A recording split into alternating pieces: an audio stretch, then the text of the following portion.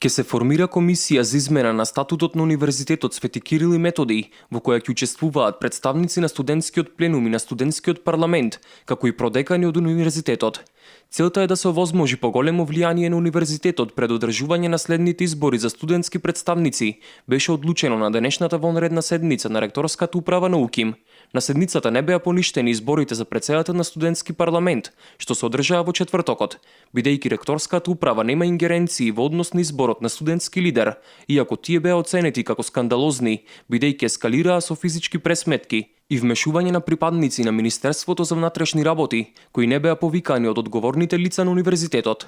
Ректорската управа не прифати во заклучоците да го вметне предлогот изборите да се поништат и Кирил Спировски да остане председател на студентскиот парламент до септември, од кога би функционирале новите измени во студентското организирање.